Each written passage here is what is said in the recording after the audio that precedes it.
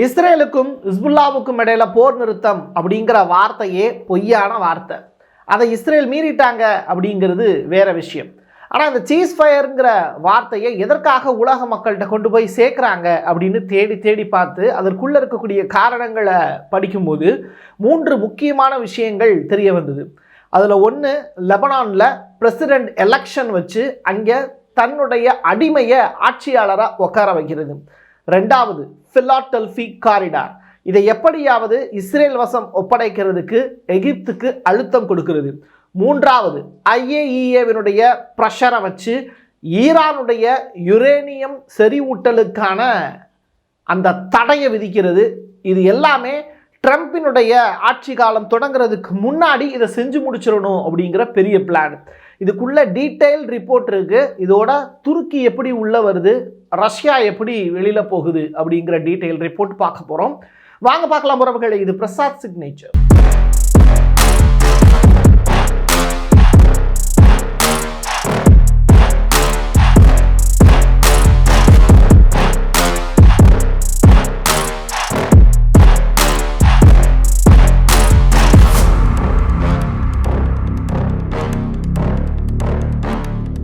November மாதம் 27ஆம் தேதி 2024ஆம் ஆண்டு அதிகாலை 4 மணிக்கு சீஸ் ஃபயர் டீல் அப்படிங்கிறத இஸ்ரேலுக்கும் ஹிஸ்புல்லாவுக்கும் இடையில போட்டாங்க.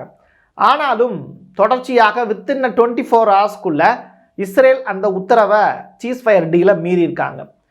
லெபனானுடைய எல்லையோர கிராமங்களில் ஒரு பெரிய அட்டாக்கை நடத்தியிருக்காங்க. அந்த அட்டாக்கினுடைய டீட்டெயில் ரிப்போர்ட்டை நம்ம பார்க்கலாம்.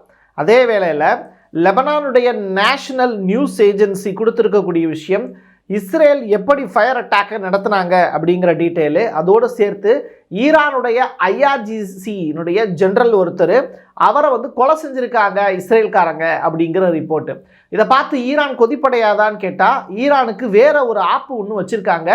அதை நான் கடைசியில் சொல்கிறேன்.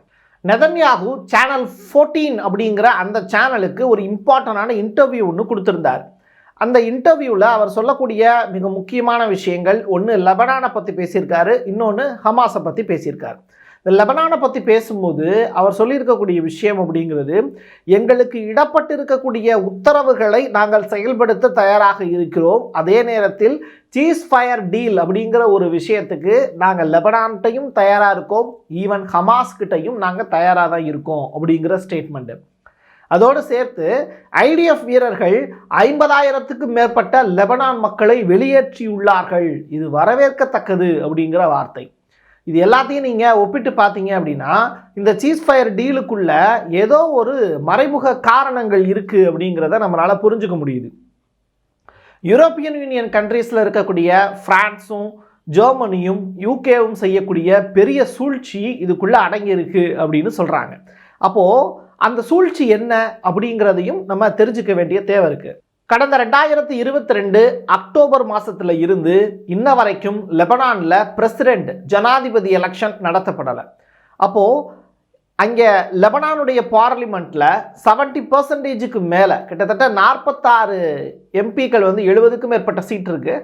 அதில் 46க்கும் மேற்பட்ட MPs ஹிஸ்புல்லாவினுடைய ஆதரவாளர்கள் தான் இருக்காங்க. அப்போது ஹிஸ்புல்லாவை ஒடுக்கிறது அப்படிங்கிறது லெபனானில் முடியாமல் இருக்குது அமெரிக்காவுக்கு. அதனால இந்த பிரசிடென்ட் எலெக்ஷனை வச்சு மிக முக்கியமான ஒரு நபரை, தன்னுடைய அடிமையை லெபனானில் பிரசிடென்ட் போஸ்டிங்கில் அந்த சீட்டில் போய் உட்கார வச்சுட்டா லெபனானில் ஹிஸ்புல்லாவினுடைய ஆட்டம் முடிவடையும் அப்படிங்கிறது தான் அமெரிக்காவினுடைய திட்டம். அதுக்கு அவங்க நம்பக்கூடிய பெரிய விஷயம் என்ன அப்படின்னா, army chief Joseph Aaron amidst அப்படின்னு சொல்லப்படக்கூடிய ஒரு நபர். இவர் தான் இப்போ நீங்கள் ஃபோட்டோவில் பார்த்துக்கிட்டு இருக்கீங்க. இந்த நபரை தான் அவங்க பிரசிடெண்ட் ஆக்குறதுக்கு முயற்சி பண்ணுறாங்க அமெரிக்காக்காரங்க. இப்படிப்பட்ட நபரை கொண்டு அந்த சீட்டில் உட்கார வச்சுட்டா லெபனானில் ஹிஸ்புல்லாவினுடைய ஆட்டம் ஒடுக்கப்படுங்கிறது தான் அமெரிக்காவினுடைய மிகப்பெரிய திட்டம். ஹிஸ்புல்லாவினுடைய ஆதரவாளர்களையும் ஒருத்தவங்களை நிற்க வைப்பாங்க. ஆனால் அவரை தோக்கடிக்கிறதுக்கான எல்லா வேலையுமே லெபனானில் இப்போ கட்டமைக்கப்பட்டிருக்கு அப்படிங்கிற தகவல் தான் வெளியாகிருக்கு. நீங்கள் நஸ்ருல்லாவினுடைய டெட்டு, அதற்கு பிறகு அந்த பேஜர் தாக்குதல், அதற்கு பிறகு பெரிய பெரிய பாம் பிளாஸ்ட்டு, ஸ்பையுடைய நடவடிக்கைகள், இது எல்லாமே குறிப்பிட்ட இடத்துல வந்து அவருடைய கட்டடத்துக்கு அவர் வந்ததுக்கு பிறகு கரெக்டாக கொடுக்கப்பட்ட தகவல், இது எல்லாமே ஒரு சேர்த்து ஒரு கோர்வையாக பார்த்தீங்க அப்படின்னா, இப்போது லெபனானில் போட்டிருக்கக்கூடிய அந்த சீஸ் ஃபயர் டீலுக்கு பின்னாடி இருக்கக்கூடிய ரகசியங்களை நீங்கள் புரிஞ்சுக்க முடியும். அந்த அளவுக்கு அமெரிக்கா பயங்கரமாக ஸ்கெட்ச் போட்டு அதை இஸ்ரேலை வச்சு செயல்படுத்திக்கிட்டு இருக்காங்கன்னு. இந்த லிட்டானி லிவர் அப்படிங்கிறது எந்த அளவுக்கு ஹிஸ்புல்லாவுக்கும் லெபனானுக்கும் பாதுகாப்பானது அப்படிங்கிறத உணர்ந்திருக்காங்க. அதனால தான் அந்த லிட்டானி லிவரையும் இப்போ லெபனான் அரசுக்கிட்ட இருந்து பிடுங்கி யூனிஃபில்ட்டாக கொடுத்துருக்காங்க அப்படிங்கிறத நேற்றைய தினம் நான் செய்தியாக போட்டிருந்தேன். இப்போ நீங்கள் இந்த காய்கள் எல்லாத்தையுமே நீங்கள் ஒரு சேர்த்து பார்த்தீங்க அப்படின்னா, ஒரு மிகப்பெரிய பாம்பு ஒன்று உச்சந்தலையில் போய் உக்காந்துருக்கு அப்படிங்கிறத மட்டும் உங்களால் புரிஞ்சுக்க முடியும். அது எந்த நேரத்திலையும் கொத்தலாம். அது லெபனானுடைய ஆட்சி மாற்றத்துக்கு காரணமாகவும் ஹிஸ்புல்லாவினுடைய அழிவுக்கு வித்திடும் அப்படிங்கிறதும் இந்த செய்திகளை படித்து பார்க்கும்போது நம்மளால் புரிஞ்சுக்க முடியுது. சேனல் 14க்கு அவர் கொடுத்துருக்கக்கூடிய மிக முக்கியமான பேட்டியில் அடுத்ததாக நம்ம பார்க்க போகிறது ஹமாஸை பற்றி நெதன்யாகு என்ன சொல்லியிருக்காரு அப்படிங்கிறத பற்றி தான். ஹிஸ்புல்லாவினுடைய 12,500 இலக்குகள் மீது நாங்கள் தாக்குதல் நடத்தியிருக்கோம். அதே இலக்குகளை இன்னும் சரியாக இலக்குகள் வைத்து தாக்குவதற்கு திட்டமிட்டு இருக்கிறோம் அப்படிங்கிற செய்தியையும் சேர்த்து சொல்லியிருக்காரு. அப்போ ஹமாஸை பற்றி அவர் என்ன சொல்லியிருக்காரு அப்படிங்கிற கேள்வியை வந்து நெதன்யாகு கிட்ட வைக்கும்போது, நாங்கள் சீஸ் ஃபயருக்கு தயார் தான், அதே நேரத்தில் இந்த ஃபிலாடெல்ஃபி அப்படின்னு சொல்லிட்டு ஒரு காரிடார் இருக்குல்ல, 14 கிலோமீட்டர்ஸ் நீளமான அந்த ஏரியா, எகிப்தினுடைய மிக முக்கியமான வாசல், காசா ஸ்ட்ரிப்பினுடைய எண்டு, ரைட்டா, இந்த ஏரியாவை எங்கள் கையில் கொடுத்துடணும் அப்படிங்கிறது இஸ்ரேல் சொல்லக்கூடிய மிக முக்கியமான கோரிக்கை.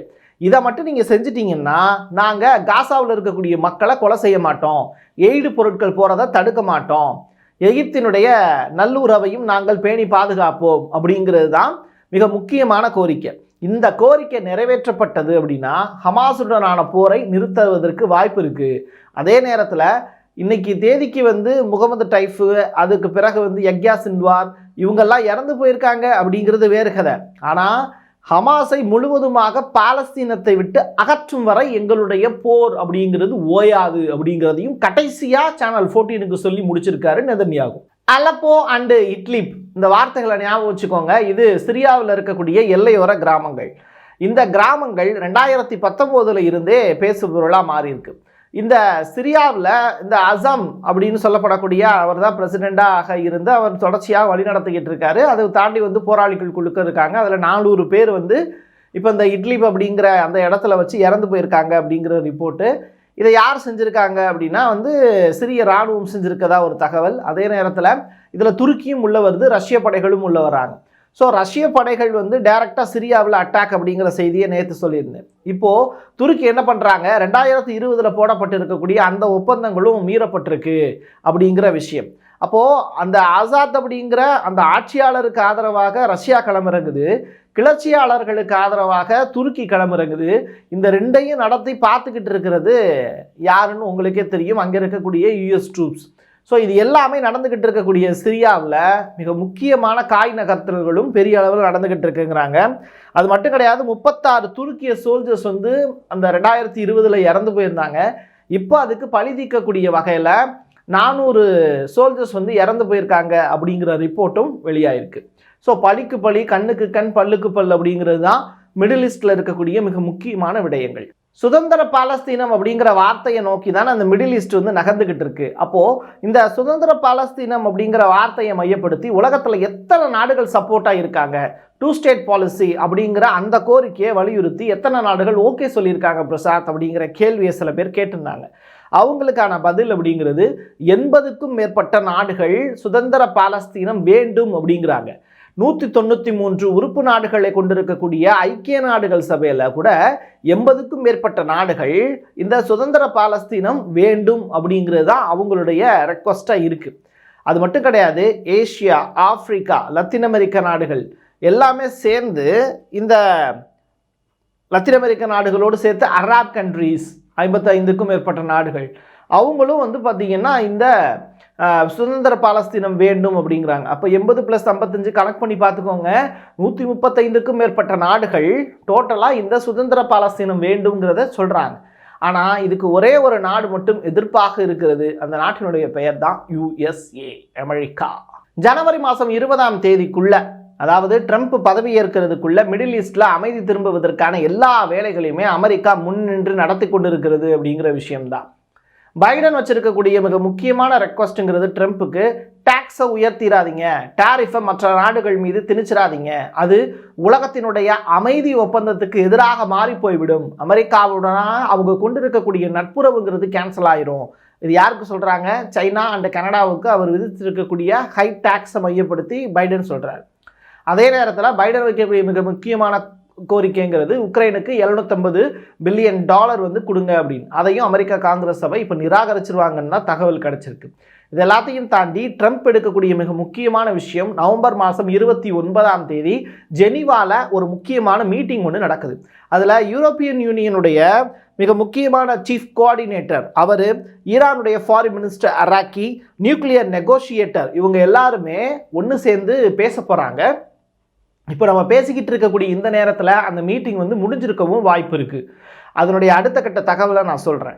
ஆனால் இந்த மீட்டிங் ஏன் இந்த அளவுக்கு முக்கியத்துவம் வாய்ந்ததுன்னா, பிரான்ஸு, ஜெர்மனி, யூகே இந்த 3 நாட்டினுடைய மிக முக்கியமான தலைவர்களும் அந்த யூரோப்பியன் யூனியன் கண்ட்ரீஸில் இருக்கக்கூடிய மீதி இருக்கக்கூடிய நாடுகளும் ஒன்றாக சேர்ந்து ஈரானுடைய ஃபாரின் மினிஸ்டரோடு சேர்ந்து பேச்சுவார்த்தையில் ஈடுபட போகிறாங்க. இது எதுக்காகன்னா, 2018 ட்ரம்ப் இருந்தப்போ ஒன்று கொண்டு வந்தாங்கல்ல, ஒரு நியூக்ளியர் ரிலேட்டடான ஈரானுடனான ஒப்பந்தம். அது மிக முக்கியமான இந்த அப்ரஹாம் ரிலேட்டடான விஷயங்களாகட்டும், அப்ரஹாம் ஒப்பந்தமாகட்டும், இந்த காசாவோடு இருக்கக்கூடிய மிக முக்கியமான ஓஸ்லோ ஒப்பந்தமாகட்டும், இது எல்லாத்தையும் மறுபடியும் சீர்தூக்கி பார்ப்போம், இதில் எது சரியாக வரும் அப்படிங்கிறத நம்ம அடுத்த கட்ட நடவடிக்கையில் ஈடுபடுவோம். அது மட்டுமல்ல, இந்த மீட்டிங்களுடைய மிக முக்கியமான சாராம்சம் என்ன அப்படின்னா, இந்த JCPOA அப்படிங்கிற அந்த அக்ரிமெண்ட்டை கூட தூக்கி போட்டுருங்க, வேண்டாம்.